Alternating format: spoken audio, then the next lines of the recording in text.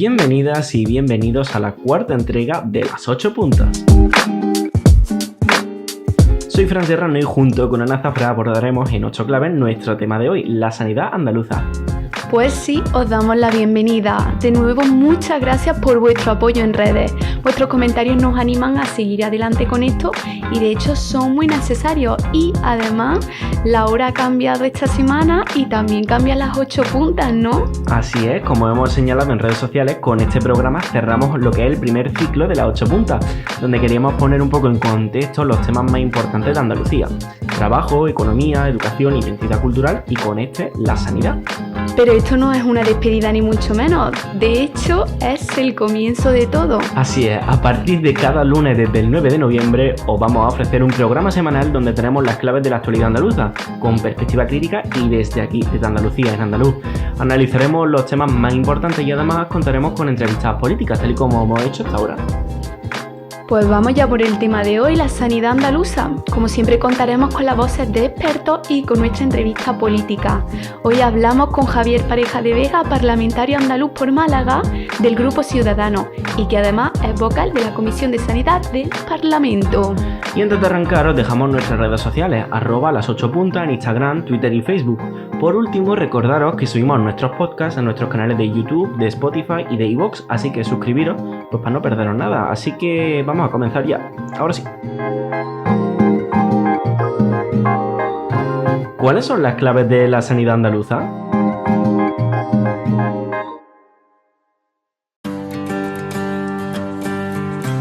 Primera clave, la baja financiación. La pandemia del coronavirus ha llegado a Andalucía con una plantilla mermada por años de recortes, muy envejecida, pues más del 20% del personal supera los 60 años, y con casi un tercio de sus trabajadores con contratos precarios. Del total de gasto de los presupuestos de 2019, Andalucía dedicó más del 32% a sanidad, lo que viene suponiendo el gasto sanitario por cada andaluz, el gasto per cápita de 2019, de unos 1.231 euros, lo que supone 76 euros más que el año anterior. Y aún así, Fran, el profesor de Economía y Gestión Sanitaria, Francisco Martos, en el grado de Medicina de la Universidad de Málaga, insiste en que uno de los aspectos más visibles de esa financiación insuficiente es la reducción del número de trabajadores en los centros sanitarios y hospitalarios, lo que evidentemente merma pues esa capacidad de atención a los pacientes. Vamos a escucharlo. Ten en cuenta que llevamos una serie de años donde la inversión sanitaria pública ha ido disminuyendo cada vez. El otro día estuve viendo unos números de hará 10 años, por ejemplo, desde la última crisis, 2008 por ahí, ¿no? El SAS tenía 120.000 trabajadores.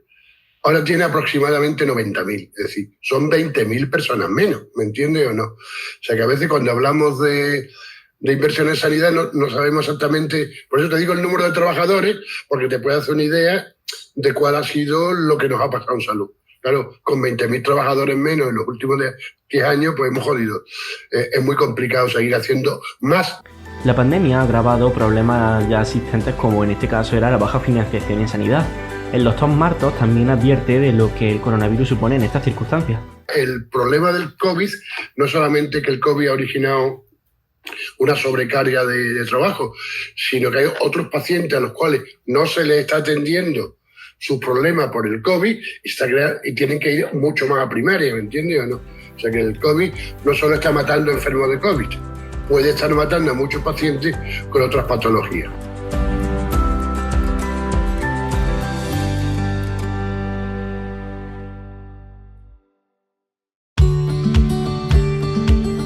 Segunda clave, los recortes en la sanidad pública. Toda historia tiene un comienzo y esta se inició a partir de la crisis de 2008, cuando la austeridad se impuso a los servicios públicos y se agravó a partir de 2012, con la polémica tasa de reposición, que durante años solo permitió cubrir el 10% de las plazas vacantes. Estos recortes, generalizados en toda España, se sumaron en Andalucía a la baja inversión en salud. Efectivamente, uno de los descensos más acusados en el presupuesto sanitario fue el de Andalucía, que se redujo en un 6% entre 2008 y 2017. Con estos datos se convierte en una de las regiones que menos presupuesto per cápita dedicó a su ciudadanía. Y cuando a finales de 2018 el Partido Popular y Ciudadanos sucedieron al PSOE en el poder, después de años achacando a los socialistas la precariedad de los sanitarios, ellos se comprometieron a arreglarlo. Afirmaron, por ejemplo, que ningún contrato volvería a durar menos de 6 meses. Y sí, es verdad que convocaron varias ofertas de empleo público que teníamos retrasadas y eso ha supuesto algo de estabilidad, pero la temporalidad aún continúa. En diciembre de 2019, antes del inicio de la pandemia de coronavirus, una encuesta realizada para el Centro de Estudios Andaluces señalaba que, tras el desempleo y la corrupción, la sanidad era el tercer motivo de inquietud de los andaluces. Y no es este el único hecho que evidencia el descontento de los andaluces y las andaluzas con la sanidad pública. Además, en 2019, la Asociación del Paciente recibió más de 2.500 reclamaciones de pacientes andaluces, la mayoría relacionadas con las listas de espera, la saturación de las urgencias y el retraso de las ambulancias, que esto es fundamental. A pesar de estas circunstancias, es muy necesario resaltar la labor de los trabajadores y trabajadoras de la sanidad pública, porque a pesar de contar en muchas ocasiones con recursos limitados, por no decir limitadísimos, y de trabajar en condiciones poco favorables, son numerosas las experiencias positivas de pacientes que superan exitosamente enfermedades gracias a la profesionalidad de médicas, enfermeros, auxiliares. Y bueno, así nos lo cuenta Dylan de Málaga. Hola, buenas, yo soy Dylan Carrasco y tuve una operación a los 12 años que tuvo que ser mediante lista de espera de alrededor de 2 meses. Algo que me impactó bastante en el posoperatorio de esta operación era la presencia de un psicólogo. Supongo que esto es debido a que esta operación pues, podría causar algún que otro impacto en la mente de una persona tan joven. Por otro lado, y 5 años más tarde, me sometí a una operación de apendicitis que prácticamente derivó en peritonitis. La profesionalidad y rapidez ante esta situación fue excelente, aun siendo una operación que se realizó por urgencias. Y es por ello que también me gustaría lanzar el mensaje de la importancia de apoyar y votar por la sanidad pública gratuita y porque no se produzcan recortes en la misma. Cabe recordar que son los gobiernos autonómicos los que tienen las competencias en materia sanitaria y que son los encargados de desarrollar el gasto en sanidad de cada región. Aunque esta partida depende en gran medida de la coyuntura nacional y de la financiación que reciba la comunidad, la apuesta por la sanidad debe ser clara y decidida porque ni las enfermedades ni las pandemias entienden de crisis económica.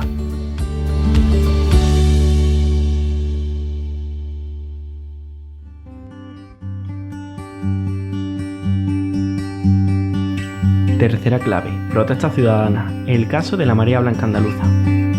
La Marea Blanca Andaluza empezó entre octubre y noviembre de 2016, aunque los orígenes de este movimiento se remontan en el resto de España a 2012. Fue en ese año, en plena crisis, cuando la entonces consejera de Salud, María Jesús Montero, que ahora es la ministra de Hacienda en el gobierno de España. Muchas gracias, Fran, presentó un plan de racionalización del sector sanitario andaluz, que fue vendido como una estrategia para recortar los puestos directivos, y se trataba básicamente de sumar las gerencias de los hospitales en cada ciudad. En la práctica, esto significaba la fusión de distintas unidades hospitalarias y, en definitiva, una disminución de servicios, mayor lentitud de las pruebas, saturación, etc. Levantó ampollas y se corrigió cambiando lo fundamental en ciudades como Málaga y Sevilla. Muchas voces procedentes del sector sanitario ya habían estado reclamando a la Junta de Andalucía que no implantase el modelo. El más conocido de todos ellos fue el médico Jesús Candel Espíritu, más conocido como Espíritu, que ha retomado gran parte de su actividad en redes sociales, como todos sabemos ahora en la pandemia, y que también estaban otras asociaciones en estas protestas, como era la Plataforma de Trabajadores de Hospital y Granada por su Salud.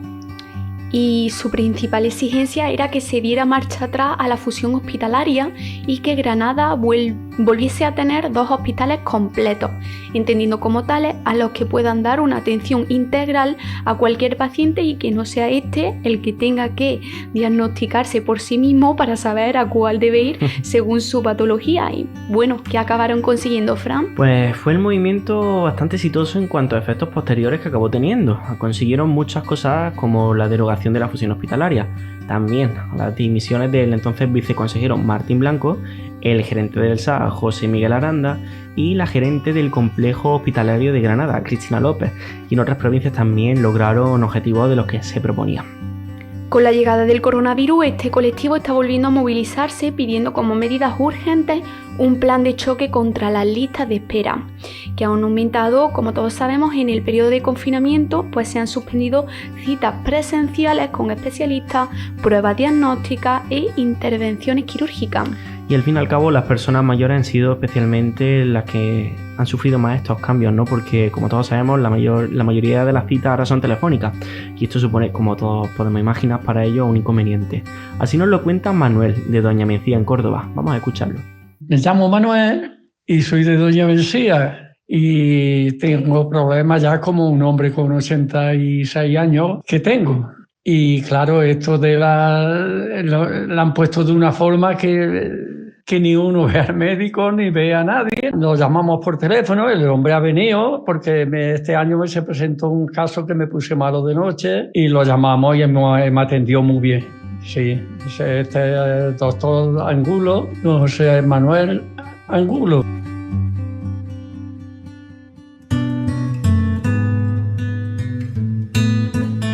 Cuarta clave, la diferencia de los sistemas sanitarios de España. Las principales diferencias que encontramos en el Sistema Nacional de Salud es la cobertura que ofrecen a la ciudadanía. Por ejemplo, durante los recortes aplicados en 2012 a la sanidad pública, el SNS propuso la imposición de copagos sanitarios. Andalucía no solo no aplicó ningún impuesto doble por sus servicios sanitarios, sino que lideró el rechazo a estas medidas, ¿no, Ana? Pues sí, me acuerdo del caso concreto de Madrid, que debió ser por estos años, en el que la Comunidad de Madrid decidió poner el precio de cada prueba, no para que la gente lo pagase, sino para que fuera consciente de lo que costaba una radiografía o cualquier otro tipo de prueba. Qué curioso, ¿no? Otra de las diferencias es que la Junta de Andalucía está en la lista de comunidades con menor porcentaje de conciertos con el sector privado. Lo traduzco un poco, de sus contratas, en torno al 4% estamos hablando.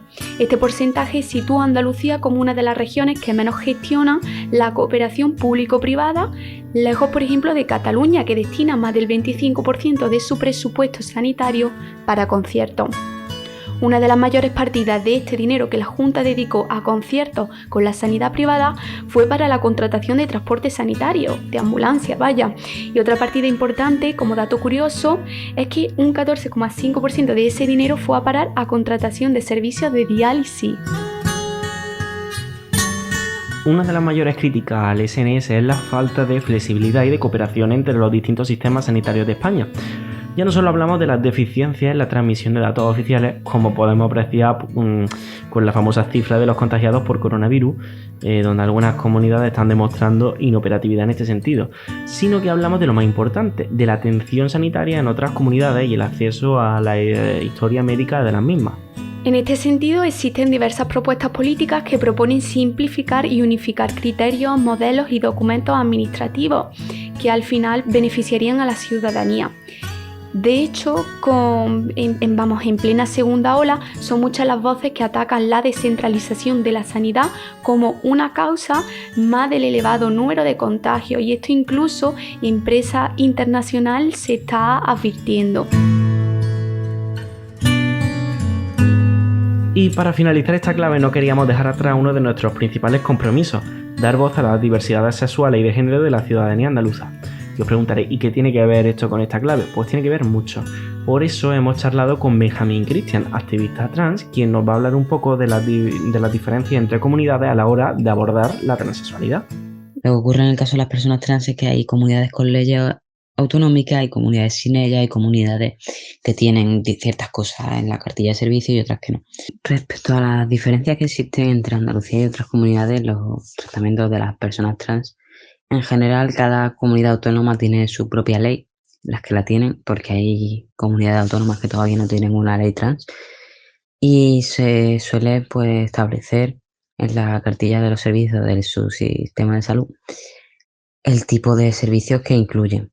Por ejemplo, hay comunidades que, según tengo entendido, como Madrid, que a lo mejor sí incluyen, por ejemplo, la congelación de óvulos y de esperma. Y eso, por ejemplo, es algo que hasta donde yo sé, en Andalucía no se cubre.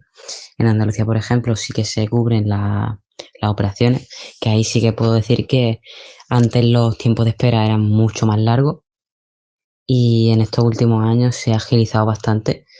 De hecho, por ejemplo, en mi caso, la última información que me dieron es que una vez se estaba un año en hormonas, te metían en lista de espera y en el caso de las operaciones de pecho de los hombres trans, por ejemplo, me dijeron que la lista de espera estaba más o menos en año y pico, 2 años.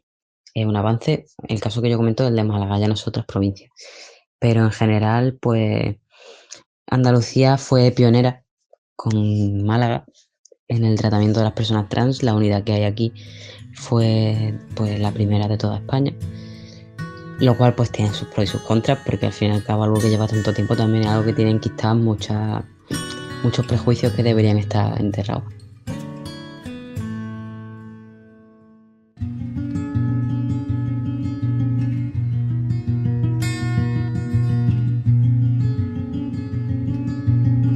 Quinta clave, las listas de espera. Se trata de un problema que viene de lejos. De hecho, el nuevo gobierno de la Junta afloró en 2019 cuando llegaron una lista de más de 500.000 de pacientes en espera que supuestamente mantenía oculto el gobierno anterior. Desde entonces se puso en marcha un plan de choque para reducir estos retrasos con una inversión de más de 25 millones de euros.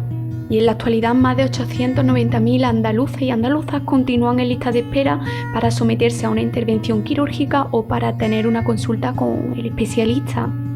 Además, ellos siguen siendo los que más tiempo tienen que esperar, hasta 159 días frente a la media, que son 115 días, y esto supone pues un mes y...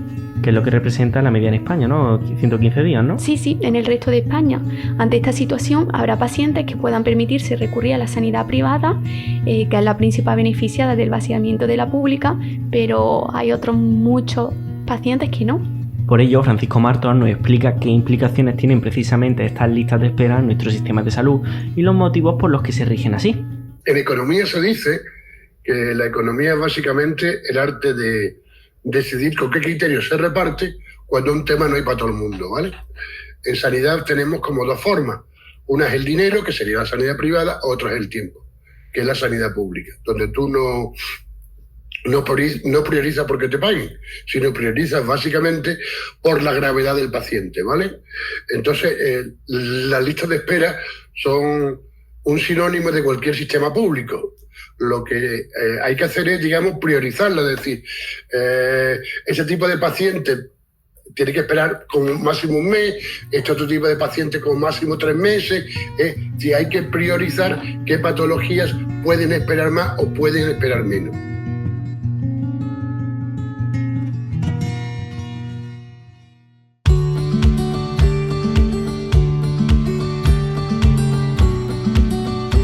Sexta clave, atención primaria y colapso de las urgencias. La atención primaria es la que prestan los médicos de familia, pediatras y personal de enfermería en los centros de salud y consultorios. En la actualidad existen en Andalucía más de 1.500 centros de atención primaria de salud. Comprende la asistencia preventiva, curativa y rehabilitadora, así como la promoción de la salud, la educación sanitaria y la vigilancia también sanitaria del medio ambiente. También atiende urgencias en horario de consulta por motivos no demorables. El colapso que está viviendo la atención primaria en Andalucía es generalizado en toda la comunidad autónoma, con demoras de días y en algunos casos de semanas para conseguir una cita con el médico de cabecera, vamos. Largas colas en las calles, a las puertas de los centros de salud para ser atendidos y numerosas incidencias en la relación entre los profesionales médicos y los pacientes.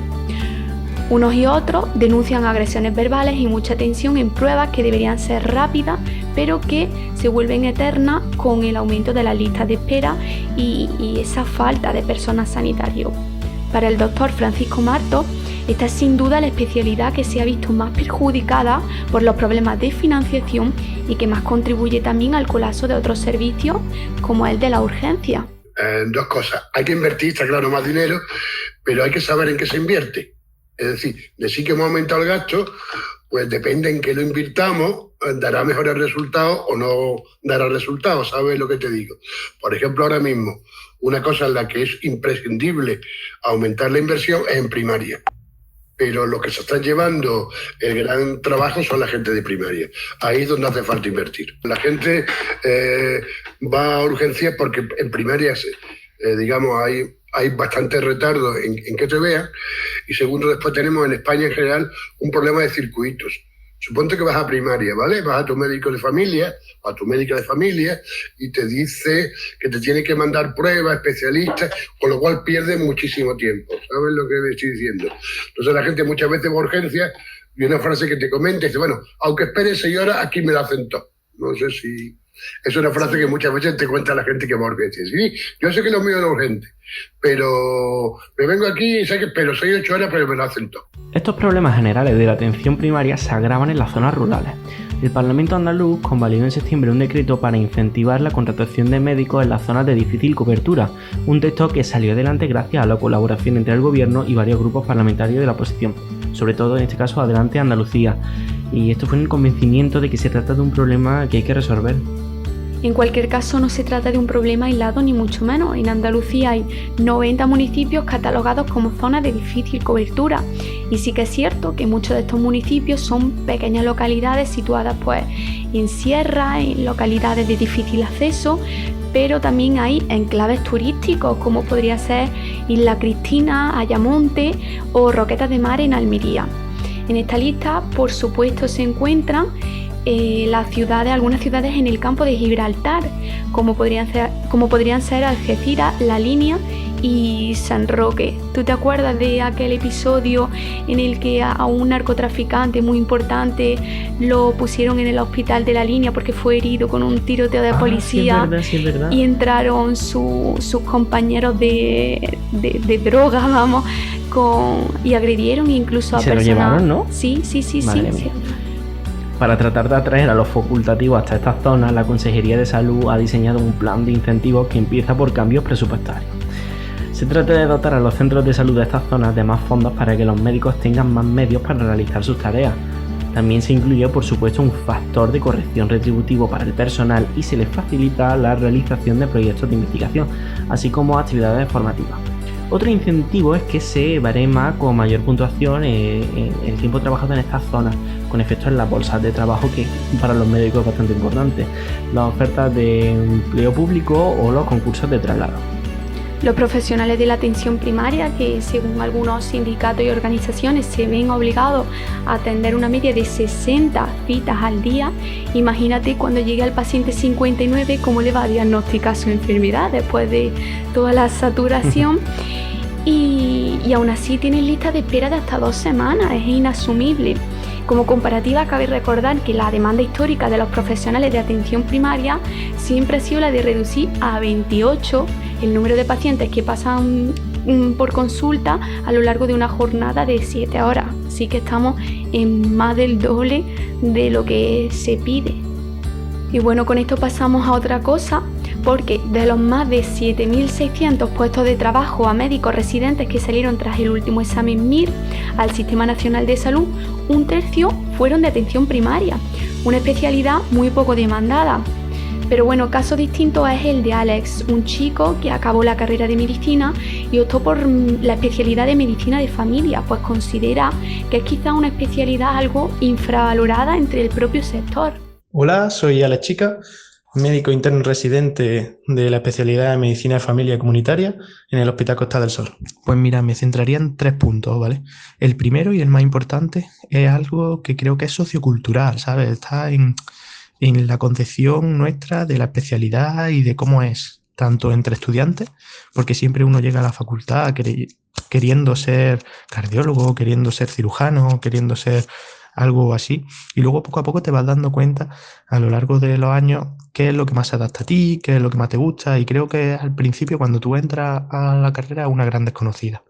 Nadie admitiría que una persona sin especialidad de cardiología lo tratara como cardiólogo. En cambio sí que se está permitiendo que personas sin ninguna especialidad, recién salidos de la facultad, hagan la labor de un médico de familia. Luego, el segundo punto, que creo también que tiene mucha importancia, es que en la facultad no se le da la relevancia que tiene. O sea, no hay ninguna asignatura completa, ¿vale? Sí que hay al menos en la de Málaga, que es donde yo he estudiado, no hay ninguna asignatura completa que sea medicina de familia. A nivel de nuestra sociedad, el médico de cabecera a veces simplemente es una vía por la que tienes que pasar para que te manden al especialista. Y muchas veces los pacientes lo que vienen demandando es precisamente eso, que quiero que me mande al cardiólogo, quiero que me mande a no sé qué. Y entonces como, vale, yo te puedo mandar, pero quizás aquí podemos solucionarlo y te ahorras esperar 3 meses para que un cardiólogo te vea y te diga que es una tontería lo que tienes. Entonces yo creo que eso es muy importante, que también que se vea que el enemigo no es el médico, sino que el enemigo es la enfermedad. Y el médico está ahí, tu médico de atención primaria, tu médico de cabecera, tu médico de familia, está ahí para ayudarte a superar y a vencer esa enfermedad, que es el verdadero enemigo.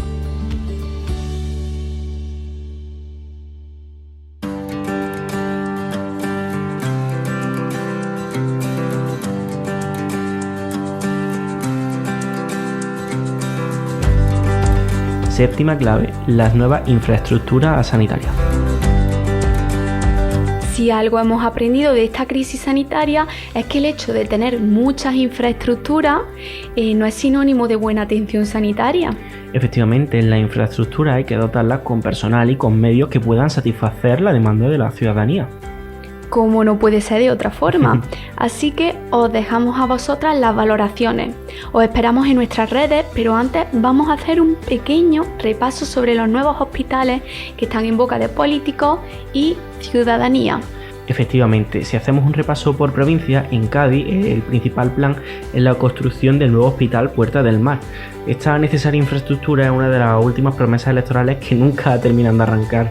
La última iniciativa proviene del Partido Socialista, que propone utilizar parte de los fondos europeos en la construcción. Recordemos que el PP prometió que incluiría este hospital en el plan de nueva infraestructura el año pasado. Y también os recordamos que al finalizar las 8 claves tendremos la entrevista con el parlamentario de Ciudadanos, Javier Pareja, que nos va a un poco dar las claves de la nueva infraestructura sanitaria andaluza. Le hemos preguntado precisamente por este tema, así que estás un poco atento y llega hasta la entrevista. Pero bueno, seguimos con nuestro repaso por provincia. En Málaga, con el Hospital de Estepona aún por terminar de asentarse y sin estar a pleno funcionamiento, la promesa viene con el llamado tercer hospital en la capital, promesa que ha hecho suya el nuevo gobierno andaluz, aunque con unos plazos más amplios que los de la anterior administración. En Sevilla, la principal novedad es la inminente reapertura del hospital militar, abandonado desde hace casi 15 años. Y aunque no será un hospital a pleno rendimiento, se espera que para diciembre pueda empezar a ofrecer algunos servicios sanitarios. Siguiendo con el recorrido, en Huelva y en Almería se habla de la construcción de un hospital materno-infantil por parte de la Junta, uno en cada provincia. Por otro lado, si nos centramos un poco en Huelva, se está apostando por terminar la obra del chalet DLP, que está casi finalizado y que necesita simplemente un acceso desde la autovía. En Jaén, el proyecto de la ciudad sanitaria sí va tomando forma, aunque los plazos que el consejero Aguirre ha puesto son de unos 6 u 8 años para su finalización. Pero nos consta que este proyecto está dentro del plan de Andalucía en Marcha que ha presentado la Junta y con el que pretende hacer diferentes infraestructuras para salir de la crisis sanitaria del coronavirus. En Granada tienen recién inaugurado el PTS y en Córdoba están a puntito de contar con un nuevo chalet, el de Palma del Río, que está también próximo a abrirse. También contamos con la promesa electoral que hizo la expresidenta, mejor dicho, Susana Díaz, de un hospital de alta resolución en Lucena, que también ha hecho suya el nuevo gobierno de la Junta, aunque los trámites ahora mismo están en fase de iniciación, con lo cual se espera que va a ser algo de largo recorrido. ¿Pensáis que es necesario construir hospitales o invertir en personal y equipamiento? Os abrimos debate en redes sociales y esperamos vuestros comentarios.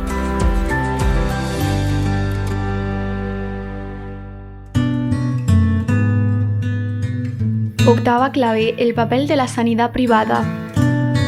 Estamos acostumbrados a ver carteles en hospitales de grandes firmas nacionales e internacionales privadas. Quirónsalud, Vitas o José Manuel Pascual.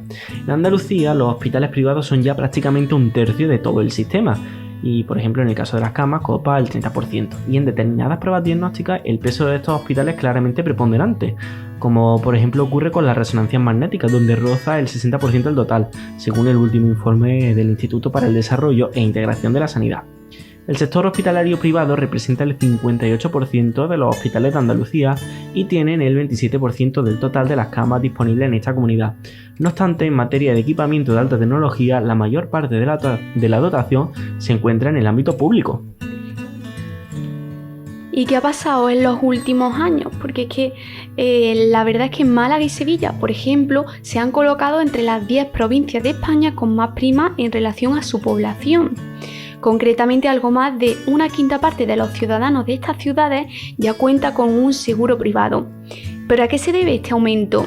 Actualmente, más de 1,5 millones de andaluzas y andaluzas pagan una póliza y la cifra de ciudadanos y ciudadanas que opta por este tipo de seguro médico crece a un ritmo anual de más de un 5%.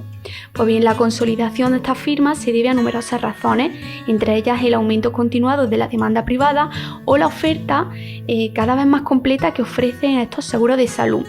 También hay que tener en cuenta que muchas empresas han incorporado el seguro de salud para sus trabajadores como concepto retributivo complementario. José, por ejemplo, lleva ya algunos años con su compañía de seguros privados y nos envía al programa un audio con las razones por las que él mismo decidió acogerse a la sanidad privada. Buenas tardes, soy José Zafra, un trabajador, un conductor profesional de 53 años. Yo tengo un seguro privado porque resulta de que la sanidad pública, las listas de espera son muy largas, los procedimientos que hay se pierde mucho tiempo y yo tengo una enfermedad grave, una angina de pecho, y entonces pues decidí hacerme un seguro privado porque tiene mejor atención y sobre todo más rápido. Mejor no sé si será mejor o no, pero vamos, por lo menos bastante más rápido te atiende. Así que ese es el motivo.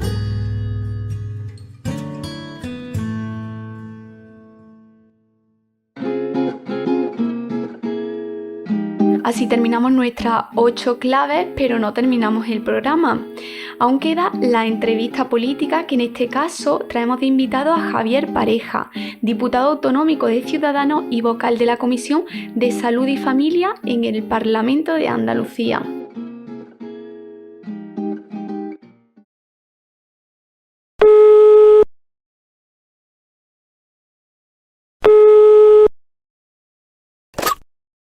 Muy buenas, Javier, bienvenido a las 8 puntas. Buenos días, muchas gracias. Pues nada, para comenzar un poco la entrevista, señalar que Javier Pareja de Vega es parlamentario andaluz por Málaga del Grupo Ciudadanos y que además es vocal en la Comisión de Salud y de Familia. Pues bueno, yo quería comenzar la entrevista con la primera pregunta, y es que la Comisión Europea va a dotar a España de una financiación extraordinaria para salir de la crisis del coronavirus. Se está discutiendo esta semana cuáles van a ser los criterios de reparto pues, entre las diferentes comunidades autónomas, pero entiendo que la Junta de Andalucía debe tener ya sus líneas maestras, sus planes de inversión. Sabemos que el Plan Andalucía en Marcha recoge la construcción de algunas infraestructuras sanitarias, como por ejemplo la Ciudad Sanitaria de Jaén. Pero yo quisiera preguntarle un poco sobre la inversión en recursos y en personal sanitario. ¿Cuáles son las perspectivas de inversión de la Junta en este sentido?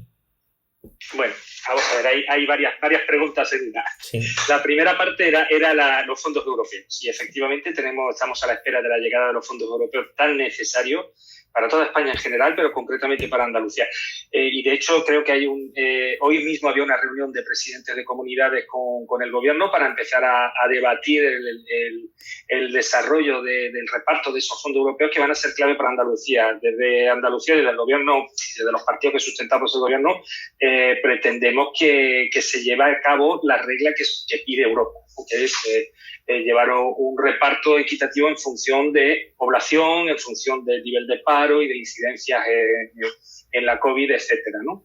Eso significaría que Andalucía debería llevar un reparto importante por sus necesidades, precisamente por la diferencia que existe ya estructural y social y económica y de paro con respecto al resto de España, y por tanto los cálculos que se habían estimado según el gobierno hablaban de unos 23.000 millones de lo que les debería corresponder a Andalucía.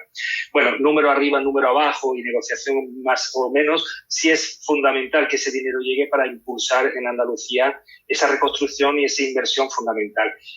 Viene a colación también con el plan de choque, como bien has comentado, en el que se habla de una serie de infraestructuras en Andalucía. Aquí en Málaga, concretamente, lo digo porque soy diputado por Málaga, pues habla del tercer hospital y se habla de una serie de reformas que venían ya atrasadas desde muchos años de retraso por falta de liquidez, y que esta situación de COVID nos ha llevado precisamente a darnos cuenta de la necesidad de invertir en infraestructura y en material, o sea, en estructuras sanitarias, porque cuando llegan situaciones como las que nos hemos visto, pues hay unas carencias importantes, carencias que vienen de años y décadas anteriores, y creo que hemos tomado conciencia de todo, y esto más allá de ideologías políticas, más allá de rencores o de pedir explicaciones a gobiernos anteriores o de querer lanzar piedras contra otros partidos. No se trata de eso, se trata de que hagamos un análisis realista de la situación, ¿no? El sistema sanitario se quedó corto cuando llegó la primera ola. Esperemos que en esta segunda seamos capaces de salir adelante, pero está claro que es necesaria una inversión muy importante en materia sanitaria a todos los niveles. Los fondos europeos ayudarán para infraestructura, porque son fondos que vienen destinados con ese fin, pero luego yo estoy seguro que a nivel de presupuesto, y de hecho ya se ha anunciado, se ha hecho los dos presupuestos anteriores de la legislatura, pero se va a hacer en este próximo. Va a haber un incremento de dotación económica para el sistema sanitario que vaya en la línea, sí, de aumento de personal, de mejora de condiciones laborales, materiales, estructuras, etcétera, etcétera, más allá de la infraestructura que viene de Europa. Efectivamente. No sé si te he contestado a todo. Sí, más o menos me has contestado a todo. Y yo también te quería incidir en el sentido de que se ha adelantado que se va a poner en marcha la ciudad sanitaria de Jaén. El Partido Socialista de Cádiz ha propuesto la construcción del nuevo Puerta del Mar. Sin embargo, no sabemos al final cuál es la opinión del gobierno, porque es verdad que se propuso, el Partido Popular sí que lo propuso. No sé la posición ahora mismo de Ciudadanos, pero por eso le quería preguntar cuál es la posición política en este sentido de su formación. Sí, a ver, es que la carencia de infraestructuras es tan amplia. Me acabas de nombrar Jaén, yo te he nombrado Málaga con el tercer hospital, sí, pero te podría contar ese hospital de Estepona que estaba esperando también a que se terminara, el Chalet es que en cada una de las provincias, de las localidades andaluzas, te encuentras con unas carencias acumuladas de muchísimo tiempo. Ojalá, y yo estoy seguro que por parte de Ciudadanos, como por parte del PP, o por parte de todos, se pudieran hacer todas las que están pendientes. O sea, y ojalá llegara dinero europeo y de financiación de autonomía, por cierto, que ese es otro tema que no hemos tocado, porque hemos hablado de los fondos europeos de reparto, pero la financiación autonómica sería otro tema del que habría que hablar largo y tendido, porque Andalucía sigue teniendo una deficiencia y unas carencias con respecto a otras comunidades, que a lo mejor ahora es el momento de que el gobierno de la nación apostara por ayudar a una región que va a sufrir tantísimo la crisis económica, etcétera. Pero bueno, a lo que voy. Las infraestructuras en todas las provincias son múltiples, muchísimas, y el problema es que hay que priorizar. ¿Y cuál es el problema? Que claro, evidentemente a un ciudadano y no voy a poner los ejemplos que me has comentado para no personalizarlo, vale, pero a un ciudadano, vamos a poner de la Carolina, pues lo que le interesa es que se haya un hospital en la Carolina. Pero claro, si las necesidades son más importantes en Jerez, porque en Jerez resulta que hay 20.000 ciudadanos con carencia, y es mayor que en la Carolina, pues como no hay unas cantidades económicas para cubrir todas esas necesidades, porque son demasiadas, y han sido demasiados años de retraso, pues hay que priorizar. Es verdad que todavía no está claro dónde van a estar las prioridades. Se ha mandado un plan de choque, pero claro, estamos también a la expectativa, porque todo depende de los fondos que vayan a venir de Europa. Vamos a ver cómo es la financiación autonómica y vamos a ver cómo se cierra el presupuesto, que ya viene con un incremento. Entonces ahí tenemos tres factores que pueden influir a la hora de poder ampliar el número de infraestructura o poder ampliar más localidades que pudieran beneficiarse de nuevas infraestructuras hospitalarias. Pero te aseguro que desde el gobierno y desde los dos partidos que sustentamos al gobierno, la idea es hacer el máximo de inversión en sanidad en los próximos presupuestos, en los próximos tiempos que nos quede de legislatura. Bueno, y para dejar ya un poco al lado el tema de infraestructuras, que no queremos monopolizar la entrevista con este tema, las citas previas en los centros de atención primaria pues tienen una espera elevadísima a causa del coronavirus y de la situación que ya arrastraba de por sí el sistema andaluz de salud. Todos los expertos inciden en que sufrimos la pandemia con mayor virulencia precisamente por esto, porque falta inversión en atención primaria, que es la que realmente detecta la enfermedad y la que, en fin, pues va a reducir al final el número de casos, ya no solo con los rastreadores. Entonces, la ciudadanía se pregunta por qué hay tanta espera en los centros de salud y en Andalucía, y si esto al final va a terminar disparando todavía más las tasas de contagio aquí en nuestra tierra. A ver, el tema de los centros de la atención primaria y todo lo que se está viviendo, hay que entender que estamos viviendo una situación de excepcionalidad, ¿de acuerdo? Una situación que no es normal, que no es habitual. Nos hemos encontrado, y estoy hablando de datos que a mí me vienen de la consejería, o sea, todo lo que yo voy recabando y lo que se va viendo en comisión, nos hemos encontrado primero con unos centros de salud que en la mayoría de los casos no estaban preparados para una situación como esta. ¿A qué me refiero? A poder llevar un control de entrada y salida de paciente, para poder aislar el infeccioso, para poder llevar el control y las separaciones de COVID, para las entradas separadas hora distinta. Eso implica que muchos centros o han estado limitados en su posibilidad de atender personas o directamente han tenido que estar cerrados hasta poder hacer alguna reforma que permitiera pues, que hubiera una seguridad laboral tanto del personal de allí como del público que entrara. Eso por un lado. A eso súmale las carencias de personal que ya se venían arrastrando desde décadas. No estamos hablando de un año ni de 5. Entonces, el problema viene de décadas. Y a eso súmale que en todo ese periodo ha llevado a que se haya producido una salida de personal sanitario al extranjero y a otras comunidades masiva en Andalucía.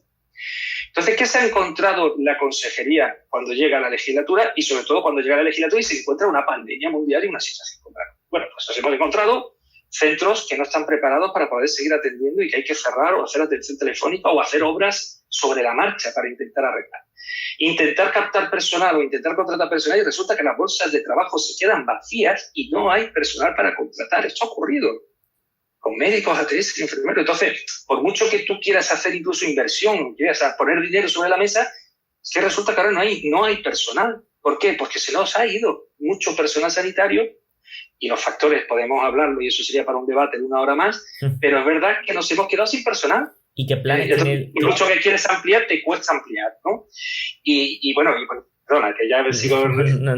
No, sí, precisamente quería preguntarte sobre este tema, me parece muy interesante. ¿Qué planes tiene la Junta para recuperar a estos médicos andaluces que se han ido? Es que los factores son múltiples. Entonces, sí que es verdad que se han hecho ya ciertas mejoras, pero eso sería ya entrar en el plano de qué ha pasado con el personal sanitario en los últimos 10, 15 años para que ocurriera esto. Bueno, pues empleos precarios, contratos temporales, la obligatoriedad de la exclusividad, incluso la limitación al acceso en muchos casos, porque se frenaba la entrada y por tanto había gente en paro y cuando uno está en paro pues se tiene que buscar la vida. O sea, había un montón de factores que habían ido desanimando, habían ido desmotivando al personal sanitario para poder participar en el SAS.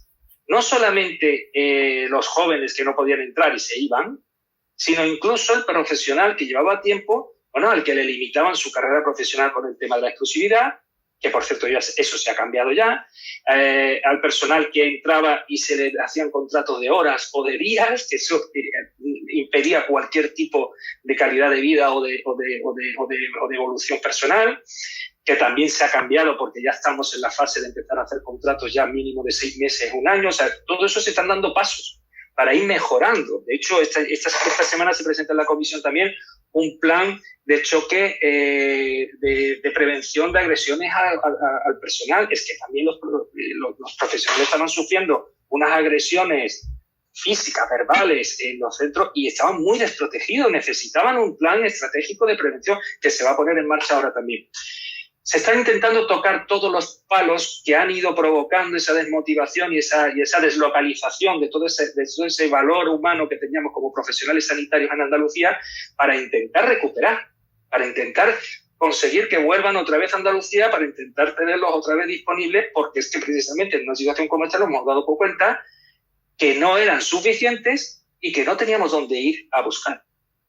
Claro, pero esto es una evolución que se tiene que corregir en muchísimos planos. O sea, no es solamente sea, te he contado alguno, ¿no? El asunto de los contratos, la duración de contrato, el asunto de la protección o de las agresiones, la exclusividad para el tema de los médicos, pero también podríamos hablar del tema económico, en fin, o sea, hay muchísimo campo donde mejorar las condiciones para que nuestros sanitarios realmente tengan interés en quedarse en el Servicio Andaluz de Salud, ¿no? y que quieran quedarse en Andalucía, porque esto no se corrige en un día ni en dos. La pandemia ha llegado y la pandemia nos ha exigido respuestas en días, semanas, pero es que esto es un tema que necesita meses y años, porque tenemos que recuperar problemas de décadas. No se puede pedir un arreglo en una semana, ojalá, ¿no? O sea, por mucho que uno quiera poner unas condiciones maravillosas, el médico andaluz que está en Inglaterra, por poner un ejemplo, no va a coger las maletas y se va a venir mañana. Así claro, es. hay que preparar primero unas condiciones, hay que arreglar muchísimas carencias para que pueda volver a ser atractivo el volver a su tierra y el ejercer aquí.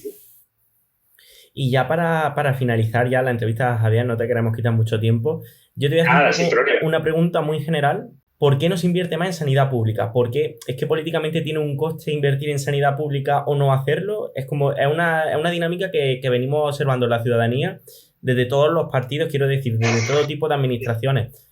¿Por qué es tan complicado sacarle a los políticos esa promesa o esa acción de invertir más en sanidad pública? No es complicado. De hecho, yo te la hago. Nosotros, fíjate lo que te voy a decir. Te voy a dar un dato que la mayoría de la ciudadanía no lo sabe. Desde que Ciudadanos entró en el Parlamento andaluz, y no estoy hablando de esta legislatura, estoy hablando de la anterior, en la que nosotros no gobernábamos, pero sabéis que apoyábamos externamente al gobierno socialista, se ha aumentado el presupuesto en salud, todos los presupuestos. Siempre. Desde que entramos. Quiero decir, en los 3 presupuestos que se aprobaron en la legislatura anterior, 3 o 4, no lo recuerdo exactamente, en todos, la primera exigencia de Ciudadanos al Partido Socialista o en ese acuerdo era la subida en salud, y se hizo. Y en esta legislatura, los 2 presupuestos que se han aprobado hasta ahora han tenido un incremento, además un incremento significativo, hasta el punto de que el último presupuesto ha sido el récord histórico en inversión en salud de la Comunidad Autónoma Andaluza. Y ya te adelanto yo que el que viene ahora, si se consigue sacar adelante y si se consigue la negociación, viene con otro incremento, con lo cual volveremos a superar y volveremos a hacerlo histórico. También te digo, ojalá hubiera más. O sea, llega un momento en que tu capacidad de invertir es limitada. O sea, tú te puedes meter ya en un 40% del presupuesto en salud, en sanidad, pero hay que seguir cubriendo lo demás, ¿eh? No hay que olvidarse que está la educación y está un montón de sectores más que hay que seguir cubriendo. Pero es que hay un límite económico, quiero decir, hay un límite en el que ya no hay más dinero, no se puede meter más. Y la salud necesita muchísimo. O sea, yo creo que costaría mucho, incluso a este ritmo de incremento, lograr un presupuesto que sea acorde a las necesidades del bienestar social que ya se le exige o que pedimos, del nivel de salud que pedimos, necesitaremos bastantes años para volver a llegar ahí. Hemos tenido muchos años de parálisis, muchos años de congelación, muchos años de recortes en otras épocas que todos sabemos, y vuelvo a decir que no se trata de hacer ataque a otros partidos ni a otros gobiernos. Se vivieron crisis, se vivieron situaciones y ahí no vamos a entrar ahora en eso. Pero claro, todo eso hay que recuperarlo y eso tarda. Pero que te aseguro que la convicción y la apuesta de Ciudadanos es clara y además lo hemos demostrado. O sea, nosotros hemos apoyado ya 6 presupuestos en Andalucía seguidos y los 6 han ido con incremento de presupuesto en dotación de salud, ¿eh? Y la convicción de que hay que seguir, que todavía hay mucha carencia.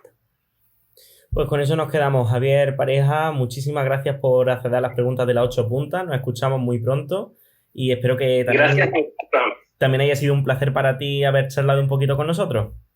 Un placer de verdad. Muchísimas gracias y a vuestra disposición siempre, cuando queráis. Muchísimas gracias, un saludo.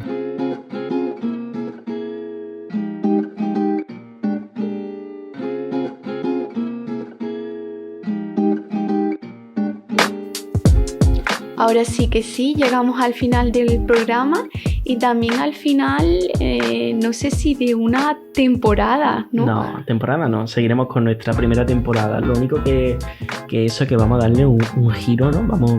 queríamos hacer una prueba, queríamos experimentar con esto de hacer un podcast sobre Andalucía y yo creo que hemos pasado la prueba por lo menos con éxito para nosotros, ¿no, Ana?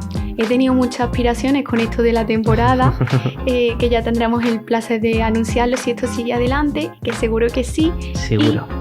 En estos primeros 4 programas hemos intentado contextualizar cuál era la situación de la que partíamos en Andalucía. Hemos hablado de aspectos que considerábamos fundamentales para entender cuál es nuestro contexto actual, como es sanidad, educación, mercado laboral e identidad andaluza, y ahora cambiamos un poco. Exacto, nosotros queríamos aportar nuestro granito de arena a esto, ¿no? Para que la ciudadanía pudiera conocer un poco estos temas, pero de forma más pausada, con un poco más de contexto.